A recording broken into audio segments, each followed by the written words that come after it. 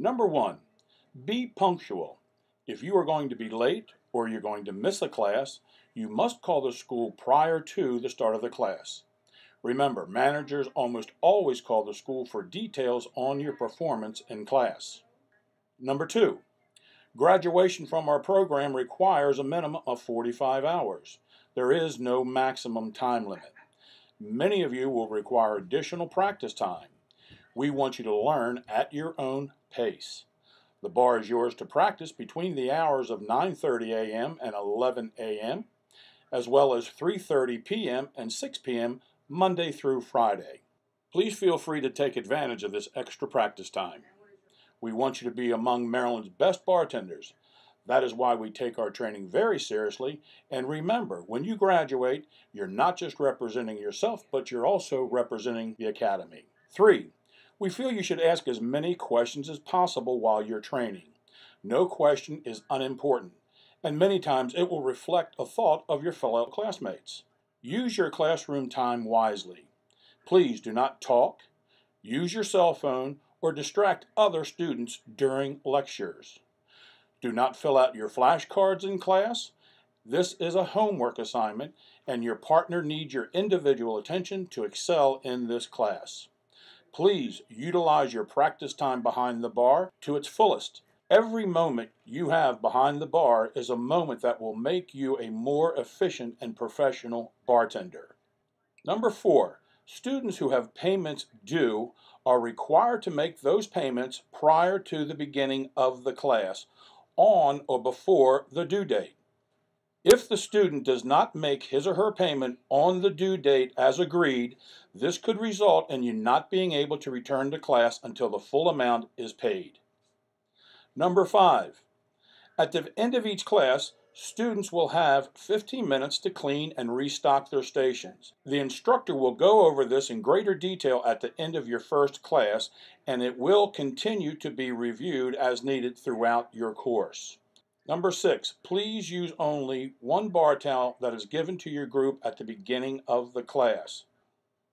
Bar towels have to be shared between classes each day. If one class uses 6 towels per station, the next class will not have any or clean dry towels to use. If you feel it's necessary to have an extra towel, please see your instructor. Bar towels will not be unlimited in the real bar atmosphere, and a simple, strong ring of a towel will do the trick. Number 7, do not throw chewing gum, cigarette butts, or trash in the parking lot. Use the proper receptacles provided inside and outside of the school. 8, please do not throw broken glassware, food, or drinks in the bathroom trash receptacles. There is a large classroom trash can at the back wall for this purpose. Please wear proper and comfortable shoes for class. All right, so next page we're going to go over liquor arrangement. So folks, liquor arrangements. One of the most important aspects of the way a bar is set up is the liquor arrangement. Most bars and cocktail lounges are going to arrange various types of liquor for efficiency, convenience, and need. And that's all going to be dictated by what's popular at that particular establishment. Okay? So the categories are going to be subdivided into 3. You're going to have your well or your rail, okay, your call or your name brand, and then your top shelf or premium. Okay? So, folks, basically the rail or the well brands are what is usually in the front of your bar. Okay, it's the cheapest brand that you have. So if you come into my bar and you say, "Hey, Shelly, can I get a screwdriver," which is a vodka and orange juice for those folks that don't know that. If you don't tell me what kind of vodka you want, what are you going to get? Rail or house. Yeah, well, rail, right. So you're going to get the house or the rail or the well, okay? You're going to get the cheapest stuff. So if you come in and you tell me, "Hey, Shelly, can I get a screwdriver and can you use Absolute?" Then what is that? Name. It's a call or a name brand. That means you've called out Absolute. Can I give you rail if you call out Absolute? No. No, not legally, okay? So that's a call or a name brand. Then in addition to that, you have a top shelf. okay? So what that means is in addition to your Absolute, which is a collar or name brand, your Rail, which is really cheap brand, then you're going to have your Grey Goose, Kettle One, Three Olives at a lot of bars, which are considered top shelf, okay? So that's your highest quality, your premium. They're going to be usually, you know, probably double what the Rail is, if not, in some places, probably 3 times as much as the Rail. Crown Royal in most places is considered a top shelf, but we don't really, and I was going to get into that, but that's a good question. We don't really, folks, teach you, I mean, I'm going to show you some top shelf examples, but what I'm also going to tell you is that we don't really get into name, branding what's top shelf and what's not, because can you go work at a bar where Crown Royal is call and then go work at a bar where it's top shelf? Absolutely, okay? I've worked at a bar where Kahlua was a top shelf coffee liqueur, and then I worked at a bar where Kahlua was just like everything else. They threw it around like it was nothing. So it really depends on the quality, I guess, of service that your establishment wants to give to their customers. So Absolute might be thrown in a Rail at one bar, or Smirnoff. So it just really depends on where you work. So I'm not going to you're going to memorize our stuff, kind of how we teach you, but we're not really going to get into telling you, well, this is always going to be top shelf, because it may be different at different places. Okay, so it just really depends. But folks, our speed rack, or well, or Rail, whatever you want to call it, has 10 items in it. Okay, so you are going to have to memorize these 10 items in order. Okay, that's going to be for what we call, it's a bar operations test that you'll take in your second week here as a student. So if you haven't read over this and started memorizing it, folks, don't wait until the night before the bar operations test.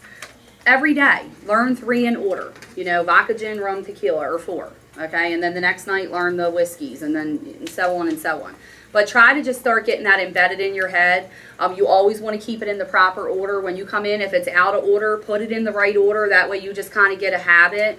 Folks, when I do speed tests with students, it's when I see most often, I'll say, can I have a screwdriver? And I see the student and they're like, you know, it's like they got to touch every bottle down there before they can grab vodka. If you have that in order, what should you be able to do? Reach down and just pick up your vodka. You shouldn't even have to look. Okay, that's what we kind of want you to start getting in the habit of doing. So always put it in the correct order and try to keep it that way. It's going to help, you know, commit that to your memory. Okay, so just remember that. Any questions so far? All right, so we have our first category, which is what? Real, yep. And then second is what? Collar, name brand, and then third is top shelf. And folks, top shelf is normally called top shelf at a bar because where is it usually? Up on the top shelf. They keep it away from everything else so bartenders aren't turning around and grabbing their really good stuff all the time, right? So folks, I'm going to just give you a couple little examples. Like I said, I'm not trying to get into what's top shelf and what's not here. We price it all the same here for our prices and for practice purposes because like I said, it's going to change according to every bar you go and work in, okay? But some of the examples that I could give you, for instance, would be amaretto, okay? So this is a traditional regular amaretto, and then this is Di Serono, which is a top shelf, okay? This would usually always be a top shelf in a bar. So this is going to be pretty standard top shelf. So Di Serono, if somebody came in and said, hey, Shelly, can I get an amaretto sour? Which one of these do you think I would grab? The cheap one, always, okay? If they said, can I get a Di Serono sour, then I would give them what? Di Serono. So, folks, the top shelf, you can usually tell a lot of times because the bottles are really uniquely shaped. They just look expensive to me. So you can just kind of see it looks like something you shouldn't touch unless somebody really tells you to, right? So just remember that a lot of times you're going to have a top shelf and kind of like a medium grade liquor or liqueur. So this is one of those examples. Does everybody kind of understand that? But like I said, I don't want to tell you Di Serono is always going to be top shelf because sure enough, somebody's going to go get a job somewhere and they're going to just give you Di Serono at a regular price. It happens all the time, okay? Well, not really with Di Serono, but you get my drift. It's going to happen with things, okay? So that's just an example of how the 3 categories work. Does anybody have any questions about that? We all feel pretty confident about that? I do, actually. On the way this is set up. Is this typical in every bar where the vodkas are lined up? It should be, Okay. but not always, okay? I've went and worked at some places where they have stuff all over, okay? And then I've went and worked where it is kind of geared towards you keep your vodka. I mean, it would make most sense, right? If you keep all your vodkas together, Right. people can look and say, oh, what kind of vodka do you have? And they don't have to look in 20 different places. I would say more than not, it's kind of organized. Now, it's not going to look exactly like this. Right. It's not going to have... The reason I'm asking, because Absolute would be a call. Yes. Right. Mm-hmm. Okay. Yes. Yeah. And, but I've worked at a place where they used to have Absolute in their speed rack. So, and that was just rail, you know, it just meant that they were trying to give their customer like a little better of a rail drink. Right. You know what I Okay. mean? So, so guys, it just, it depends, but most bars I think do try to organize stuff where they keep gins together, whiskeys together, vodkas together. Party. But yeah, things like that, and then cordials and liqueurs, all your flavored stuff. Sometimes they have them on one shelf, so you can kind of see what they have there. So there usually is some order, but I can't guarantee you every bar is going to look like this, folks. I don't know if anybody's noticed, but some clubs that you go to, do they even have a back bar like this? It's a rack all the way around the whole entire bar. So you just got, everybody's like, how do you learn that? And I'm like, well, you just have to kind of memorize where everything is. But their amarettos and flavors and everything, it's all down, nothing up. I agree with everything being up, because if you can't see what somebody has, how do you know what to ask for, right? So I like to be able to see, you know, as if I was a bar owner, I would want my customers to be able to see what I have. So, but yeah, some bars rack all the way around it. Okay. Alrighty, so let's move on to the next page. So as a new bartender, try to become familiar or familiarize yourself with the following liquor arrangement and pricing as soon as possible. So folks, we're just giving you a list of 20 cordials here, okay? Starting with the amaretto. I am not going to sit here and read these off to you tonight. I'm just going to tell you to look over this. These cordials right here, you will have to know, and you'll have to know them for a test. So on the test, what we will say is, we're going to write amaretto, and you're going to have to write what flavor it is, okay? But we have something that's called a liquor identification drill that I'm going to go over. You all have it in your packet of paperwork. After we break tonight, all the new students, I will teach you how to do that drill, okay? We're going to go over all of these cordials plus some. So I'm not going to sit here and read these off and show you every bottle, because you're going to learn all that tonight anyway. Now, what I will tell you is number 4 and number 14. So Cointreau and Midori, they're on this list. I would like you to put a little asterisk next to them, because they are on the test. However, they're not on the liquor identification drill, and we really don't make anything here with those two things, okay? So, but I still want you to know what Midori and what Cointreau are when you leave here, because they're kind of popular, okay? So you have to, I mean, Midori's pretty popular. Cointreau, if you don't have Grand Marnier or Triple Sec, you want to know that you could always use that as an orange flavored liqueur. So make sure you mark those on your list, okay? Yes? So you said mark those that they'll be on the test, but they won't be where else? Well, they're going to be on a written test that we give you, called a bar operations, but they're not going to be, we don't have them on the liquor identification drill. So I just want you to have them marked, so when you're studying this, you know that you have to know these. Okay. Because a lot of people, what happens is I tell them to do that, but then they never look back at this paper. And then when I give you the bar operations on your second Thursday here, people are like, Miss Shelley, what's Midori? And I'm like, go look at your little paper and look at that asterisk. So, telling y'all now, right? You know, sometimes if people don't know that, I kind of will be like, well, you know, we really didn't use it. But folks, in the bartending industry, I just think it's really important to know what those two cordials are. So somehow we should probably incorporate that back into the course, that you make a drink with those somewhere along the line, so you kind of are forced to learn what they are. Okay, cocktail additives. So we have two sides of our cocktail additives here. We have our soda gun and our citrus additives. So let's go over the soda gun first. The soda gun.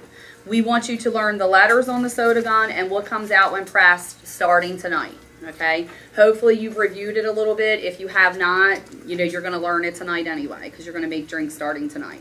So folks, soda gun, learn the letters and what comes out when pressed. 7-Up. So that's going to be the letter L on your gun, okay?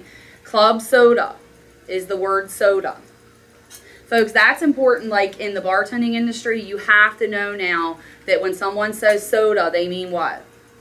Club soda. Okay, if somebody orders a scotch and soda and you squirt Coke or Pepsi in their scotch, they are not going to be very happy with you, okay?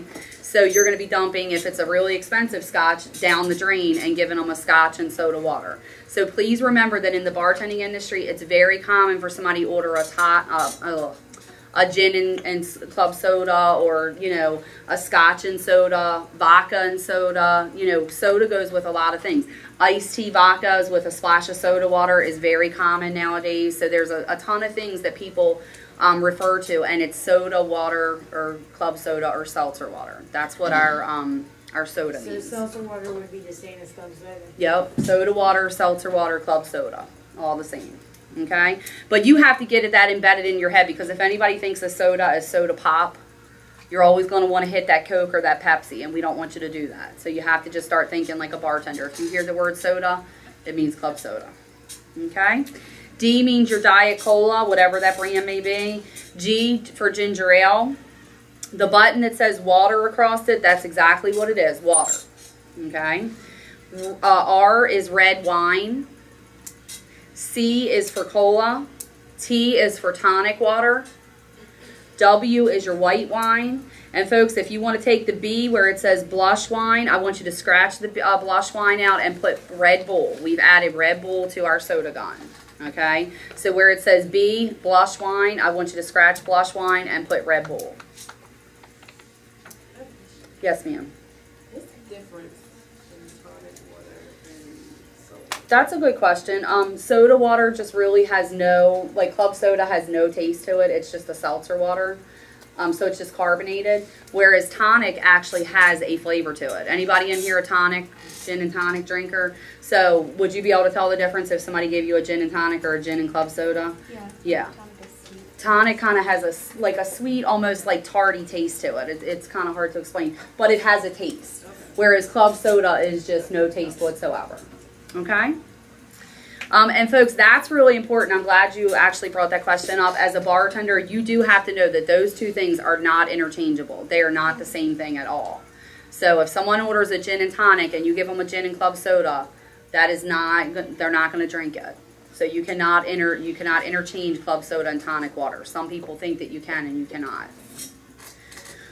Alrighty, citrus additives. So let's go over some citrus additives. So folks, up here these are what we call store and pours. I'm going to move these down off the bar for a second. So these are what we call store and pours, and these are where we're going to have our citrus additives or our juices. Okay, so store and pours. So store and then in and pours. So. But store and pours, they're for mixers and juices. You know, maybe instead of having a cranberry bottle that you pull out, you pour your cranberry juice into a store and pour. Okay, it just depends. Now, folks, what I will tell you, in a lot of bigger bars, they will have a lot of their juices. Does anybody know where their juices will be? On the gun. Good. So, in a lot of, like where I used to work, we had, you know, our 7-Up, our Pepsi, our soda water, all that stuff, and tonic. But we also had cranberry, orange juice, and pineapple on our soda gun because they were the three things that we used the most, and sour at that bar. So we had those on the gun. Here we don't have all that mixed on the gun because we use these a ton. So, and unfortunately, even though this stuff's fake, we still have to run it through real CO2 and all that stuff to push it through the lines. So we didn't want to have to change these constantly in a tank, so we just have them here, okay? But these are going to be our juices. But folks, I've been in bars, Ruby Tuesdays, you know, a lot of catering events where they use store and pours all the time for juices. So it depends on where you go, okay? So I'm going to teach you what is in each one of these store and pours, and you'll have to know that throughout the 2 weeks here. So with our yellow top, where it says lemon sour mix on your paper, the lemon sour mix is the yellow top. So if you want to write yellow next to that. So folks, if you make a drink with lemon sour mix, you have to use the yellow top, okay? And folks, we're telling you that for a reason. I don't want you to pick up green and say, this is sour mix, or red, or whatever. Like, we want to know that we taught you that that was sour mix, and you know to grab the sour, okay? Orange juice is the orange top. So OJ is the orange top. Pineapple, Pineapple and grapefruit are going to share the green. Excuse me. So pineapple and grapefruit are going to share the green top. And then cranberry and tomato are going to share the red. So if I call cranberry or if I call tomato juice, you're going to use the red top.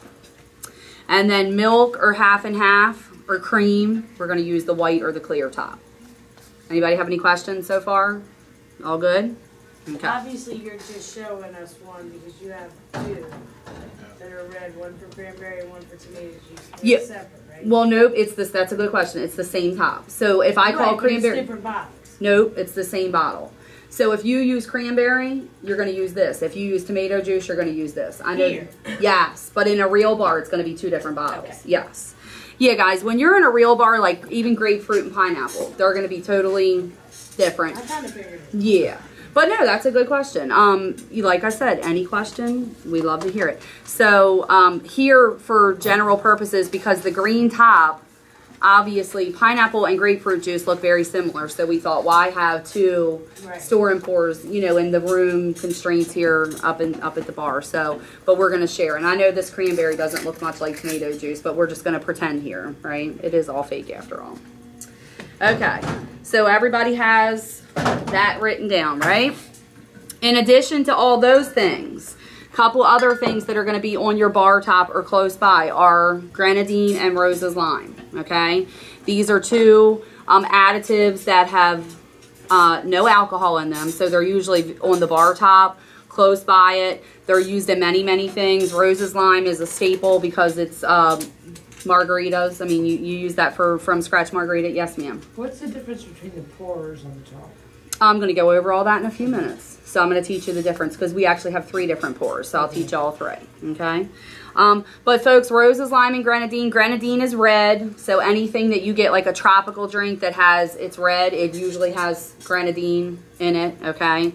So Rose's lime and grenadine, 2 staples in bartending, always very close to the bartender station, will be used for many, many things, and they do not contain alcohol. So they can sit up on top of the bar or right by the bartender station, Okay. And then at the bottom, it just says tonic water and club soda. Just make sure you realize that they are not the same, which I already went over that with you. So tonic, it's a tart carbonated mixer, and seltzer water is just a carbonated water with no flavor. Everybody got that? Okay. So let's go over some terminology now. So folks, terminology. So we have some bartending terminology that we're going to go over. I don't expect everybody to remember everything that I tell you tonight, but throughout the 2 weeks, we're going to constantly and consistently beat this stuff in your head. So hopefully by the time you leave here, you will know these things, okay? So folks, shot. A shot is just the amount of liquor that goes into a single liquor drink. So it can be 1 to 2 ounces. It just means that if you work at one bar, they might let you give a 1.5 ounce shot. And if you work at another bar, they might let you do what? Let you give 2. Another bar might only let you give 1. It just depends on where you work. So that's all we mean by the shot size. Jigger. So we have a measuring device here at each bar. It's called a jigger. So the jigger is 1.5 ounces. It's the larger portion of this measuring device. Everybody see that? The pony is the other side, and it's 1 ounce. Anybody ever seen these before in the bars? Folks, I like to just turn around and kind of show students also. So you might use these for a measurer at a bar, but have you ever seen a bartender just use a shot glass? This is the old-fashioned way. If you don't have the fancy jigger or the pony, the bartender will just get out a shot glass and pour your shot in here and pour it in. Okay? So these are... shot glass 1 ounce? I think this is 1.5 or 2. I haven't measured. We'll measure it tonight and see, but I want to say it's 1.5. But yeah, so it just depends on, some bars might just say use the shot glass, but this is the jigger, this is the pony, and every bar has one of those. Okay? All right, folks, proof. So proof means 2 times the % of alcohol. So that means that if something states on a bottle that it's 80 proof, how much alcohol is it? 40%. So for instance, Bacardi 151, how much alcohol would that actually be? 75.5, yep. So folks, just remember, whenever you see that little proof sign, it means that it's actually only half of that. So when you have the person telling you at the bar they're getting Bacardi 151 because that's 151% alcohol, you can consciously say what? No, sir, actually, I didn't mean to pick on the guys. But no, actually, that's only 75.5%. Okay? So, I'll try not to pick on men too much in here. I'm just kidding. I had a couple students, a few months ago, and it was like the guys, and I kept picking on them, and the one guy's like, what are you, a man hater? And I was like, no. And I'm like, all right, now I got to start picking on the women. So, but anyway, folks, it is, right? No, I'm just kidding. So, so folks, just remember the proof thing. That's important. Just so you know, if you see the proof sign, it's half of that. But if a bottle says 26% alcohol, what's that mean? 26%. It's only when you see the proof sign that you know it's half of that. Okay? All right, neat. Who from my second week, who can tell me from second week, who's in here that can tell me what neat is? Anybody want to speak up and tell me? Shot of whiskey. And how is it served? Room temperature. Room temperature. Very good. That's all right. That's what you were right. I was just trying to get the rest of it out. So neats are only whiskey? No, neat can be anything technically. Neat means that it's a shot of something and it's room temperature, okay? So it is poured from the bottle straight to the glass, never touches ice. That's neat, okay? I know some people call it a straight shot. You know, I was at a, I won't say where I was this past week, but it was a pretty nice place that I went and ate with my husband. And the bartender asked the customer, he's like, would you like that straight up or chilled? And the customer's like, oh yeah, chilled. You know, and I'm thinking, well, they both mean the same thing, but I kind of got a cackle out of that. But those are the kind of things that you're going to listen to now that you come through the school. Like, people don't really refer to, they don't use the proper terminology for different things, and you'll learn that. So neat, if you hear the term, it means just, yeah, room temperature. So straight into the glass. So if someone had said, can I get a cutty neat, you know, I would possibly, if I had to, measure that out and then pour that right into the glass, okay? Or I could just free pour it. If I was a bartender here for a long time and they let me just pour things, I could just pour it straight into the glass, okay? Which you do see a lot. Yes. But isn't there a count associated with it too? There are counts associated with bartending, but we're not even gonna think about that until Wednesday night. Okay. And I'm gonna show you that only for shooters. We actually teach ratio and proportions here, and there's a reason for that, and I'll explain it through the whole course. Okay. But that's a really good question. When we get to shooters, I will teach you that there is a count, but it tends to confuse students more than help them when they first start, okay? So that would be neat. Folks, I'm going to move these down again because a lot of students down here can't see what I'm doing. And I know that because every week they say, can you move those bottles? Okay, so this is our neat shot. Now, if I wanted a shot straight up, who can tell me, second weekers, what's that? Chilled and strained what? Into the proper glass. It could be a cocktail glass, martini glass, I mean. It could be a shot glass. It could be the rocks glass. But it doesn't mean strained and chilled into a martini glass. It means chilled over ice and strained into the proper glass. So straight up means it's going to be chilled over ice and strained into the glass. It might be shaken. It might be stirred. It just depends on what you're making. If I'm making a martini, what would it be? Stirred, okay? If I was making millennium martinis, Cosmos, and things like that, what would we do? Shake it up, right? So second week students know all that now. You guys will later on. So folks, if I was going to make a shot straight up of the same thing, let's just say I was doing that same thing, the cutty, and I wanted it straight up, I would pour that same shot, and I'm just going to pretend that I know where I'm pouring to as a bartender, okay? Because I've been working here for 20 years. That's what I'm going to tell everybody. So I knew where I wanted that. And I'm basically, and folks, a lot of times bartenders will pour stuff into here. So this will be what you use a lot of times in the bar. This is like a pint glass, but it's plastic that we use. But we use the pint to show you everything here. So just because I'm pouring it in here, you know, we might do it in here at a real bar, but I try to show you so you can see through here. So I would just kind of give this a swirl and then strain it, okay? So if I want something chilled or straight up, we're going to put it over ice and then strain it into the proper glass, okay? So that's what straight up means. Straight up could go into a martini glass as well, okay? It just depends on what you're making. So, folks, this is my advice to you as a new bartender. When you start working and you have someone that comes into you and says, can I get a shot of Jack Daniel's straight up? confirm what they mean, okay? Because when I started working, this was a common thing that would happen. I would have a gentleman come in and he would say, can I get a shot of Southern Comfort? Can I get a straight up shot of Southern Comfort? And I'm like, sure. And I would start to chill it. And they're like, oh no, I don't want that chilled. I just want it room temperature. Okay. Now, do you think I corrected the customer? No. You know, customers don't want to hear, well, you know, Mr. John, that's really not the proper term for that, because Mr. John's going to be like, hey, lady, can you just give me my drink, you know? Right. So they don't want a tutorial on what the proper term is, but we need to know. So what I found as a bartender is if somebody came in and said, hey, can I get a shot of, you know, cutty neat? I'm like, oh, okay, so you want that room temperature, right? It's like you can nicely confirm it without insulting the customer. Okay, and then if they didn't tell me the right way, I'm not going to go back and correct the customer either. I'm going to make it the way that they told me. Okay, so that's some really good advice to give you. Whoops, or you may be dumping things out. You know, if you chill someone's shot when they didn't want it chilled, do you think they're still going to drink it? Sometimes maybe, but a lot of times not. Okay, where'd that go? So just a couple little things until you get to know your customers when you start working. Okay, so straight up neat, we went over that. Side back or chaser. So folks, a side back or a chaser just means that it's a beverage served alongside a shot, okay? So if I came in and said I wanted this cutty straight up and I wanted a chaser of water with it. So here for a chaser, we're gonna fill up our highball with ice and we're gonna put water in there, okay? Question. Yes. Is it usually the chaser smaller than a normal size drink? Not necessarily. A lot of times I find that if it's a shot of liquor, the chaser is going to be bigger than the drink because it's like a Coke or, you know, they want a Coke taste. Like, instead of like if they ordered a Coke. Right. The chaser Coke that they get with their shot would be smaller than just a normal Coke they order.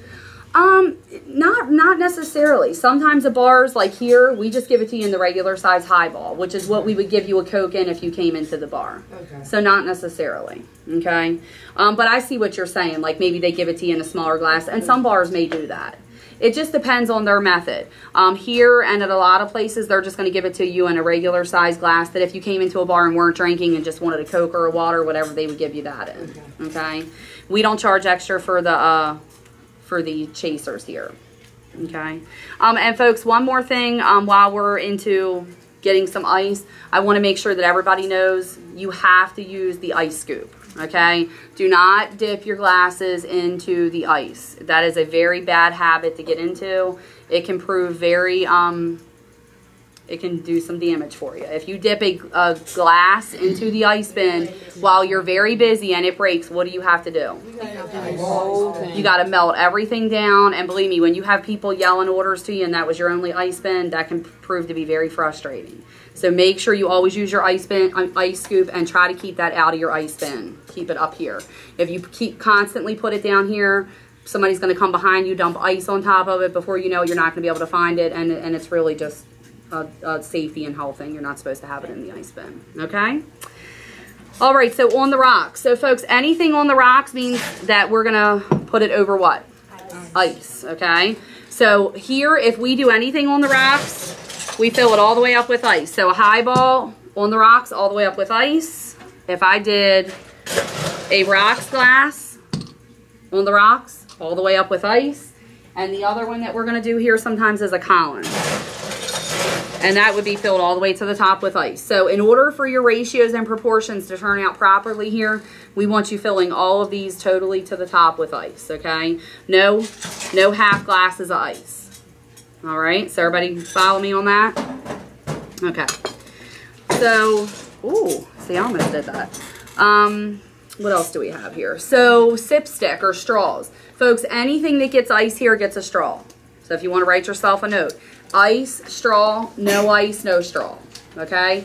And the way I kind of like make students remember that is a lot of times if people get a shot of tequila, you know, they may get it in a little shot glass like this.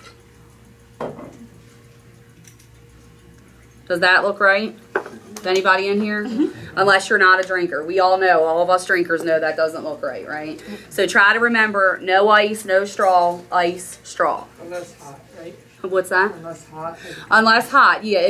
And we'll go over that when we do Irish coffees. But like an Irish coffee is an exception to the no ice, no straw thing, because you have to put a straw in that for whipped cream. And then another one, mimosa. You know, if you're making a mimosa, that really has no ice, but you don't stick a straw in a mimosa. So there's going to be a couple things that are exceptions to the rule, but this is going to be 95.5% of the time.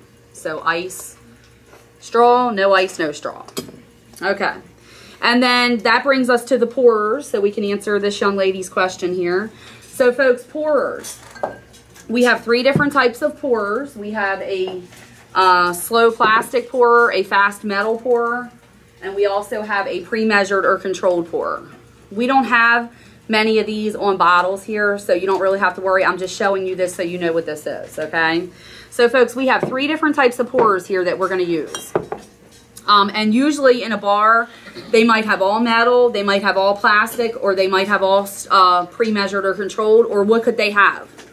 All 3 mixed up. It just really depends, okay? So, folks, I'm just going to show you. I would always put ice in a highball, but I'm just going to show you how to pour for right now, okay? So if you, first and foremost, whenever you grab a bottle from here, off the bar, we want you to hold your bottles by the neck. Okay, so bottles by the neck, always, always. We don't want you grabbing bottles like this. Okay, it's a bad habit. It's bad form. You have no control. If I'm back here and I go to turn and I bump into somebody, what's going to happen to this bottle? I'm going to drop it. If I have it around the neck, I have a tight grip on it, and plus it just looks normal. Does this look normal? I mean, if you say yes, just keep it to yourself, okay? But it doesn't look normal. I'm going to answer that for you. If you're thinking yes, just keep your little thoughts to yourself, okay? Because then I'm going to show you what normal looks like. You're going to hold this by the neck, and you're going to pour this at a 45-degree angle, like that, okay?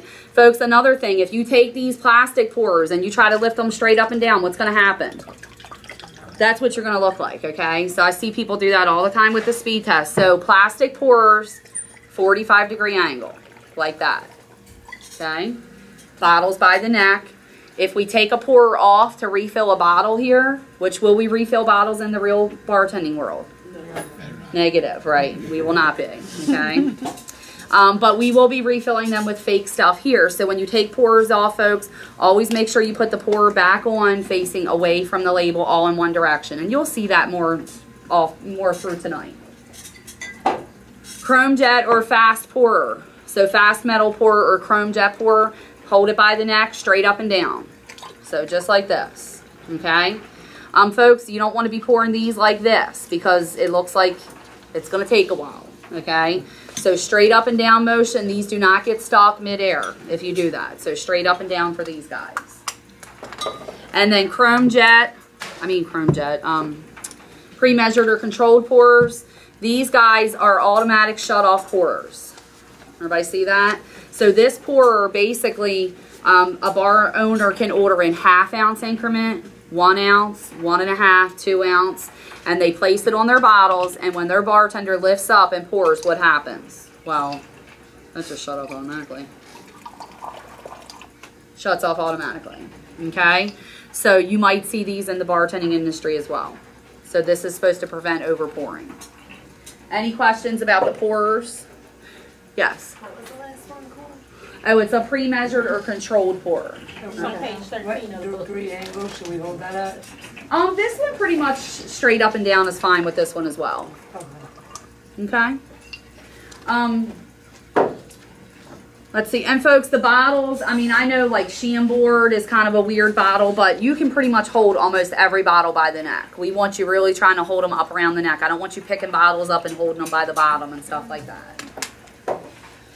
Okay, reference drink. Folks, in the book, if there's anything that is considered or called a reference drink, it will say REF. We're going to skip over those. We don't practice them. We don't make them.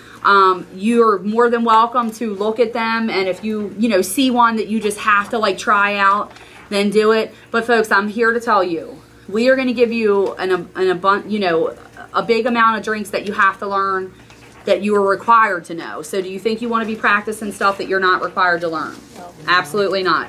We're telling you it's a reference drink, which means that it's not very popular anymore. Okay, that's why we've referenced it. So please, don't spend a ton of time on those reference drinks. If you come up and ask me for strawberry liqueur, I'm going to know you're working on reference drinks because we don't even have that back here, okay? So that's going to be a dead giveaway to me. And then liquor and liqueur, or cordial. So they're just two different things. Liquors are not less than 80 proof, so your liquors are like your vodkas, your gins, things like that. They're distilled spirits with a hot and dry taste, so they have to be at least 80 proof, okay?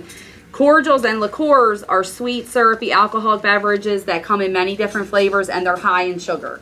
So cordials and liqueurs would be like your peach schnapps, your melon liqueur, you know, who knows, Di Serono, your amarettos, anything that is flavored is pretty much going to be considered a cordial, okay?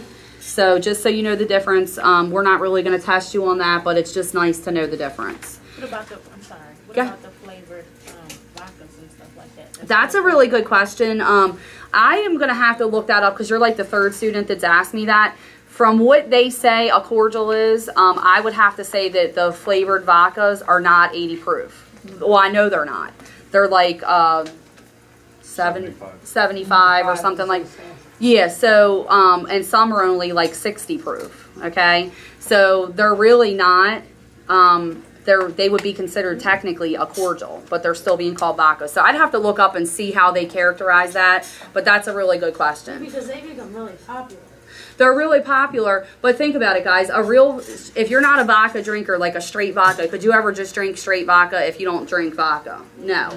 But when you get whipped cream or loopy and all that stuff, you can kind of drink that, right? So it's got some more sugar in it. So that kind of right there is your key. That I would categorize that more as a cordial than I would a liquor. Do it when they want to, I guess. Yeah, it's really what the federal government categorizes it at, and I just haven't looked it up because I've had a couple people ask, and it's a really good question. So I'm gonna try to find out the answer for that for you. All right, folks, and last question is last thing we're gonna go over is glassware. So real quick, I'm gonna read these glasses off. I'm gonna show you each one. I'm not gonna spend a ton of time on this again, folks, because we're gonna go over every glass throughout the 2 weeks here when we do the lectures, with the exception of maybe a couple glasses, okay? So the first glass that we have, that we show here in row 1 is a shot. So this is a shot glass, okay? Let's see. This is a shooter. So here's a shooter. So we have a shot and a shooter. And then we have a rocks glass. So this is our rocks or old fashioned, okay? Now D says footed rock. So that just means this glass, but with what? A foot on it, which we do not use here. So it's just for you to know what it looks like. So it would be this glass with a foot on it. Then we have a highball, which is this guy here, without a foot. Okay, but we don't use the unfooted highball, okay, because we have them hanging up here. So we use the regular footed highballs. So you just have E, which is a regular highball, which would be without a foot, and then F, which is your footed highball. Then we have our Collins and Zombie. This is a tall Collins or Zombie glass.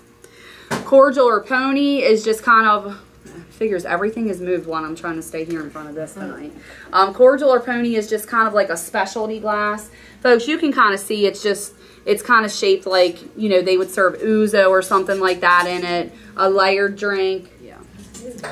All right, folks, next, I and J, sherry and sour up. I'm not even going to really show you those because we're not using those here and you're not going to be tested on them. So just don't even worry about those two.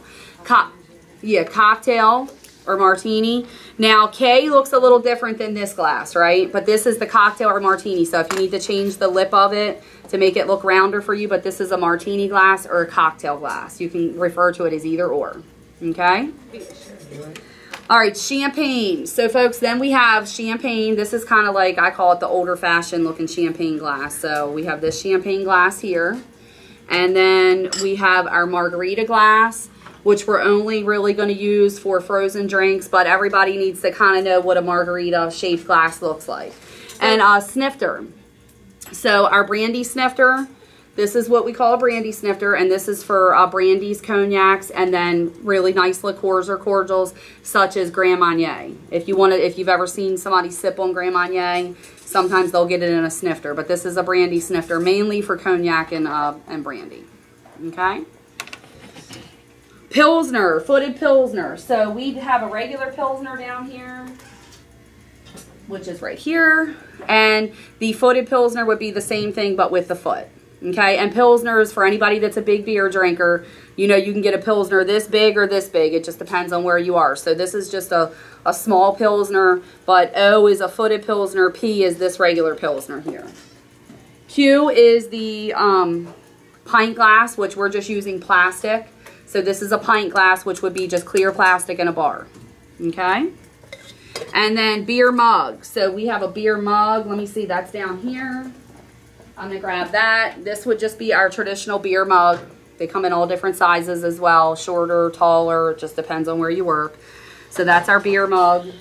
Irish coffee. So here's an Irish coffee glass. So this is for our coffee and hot drinks.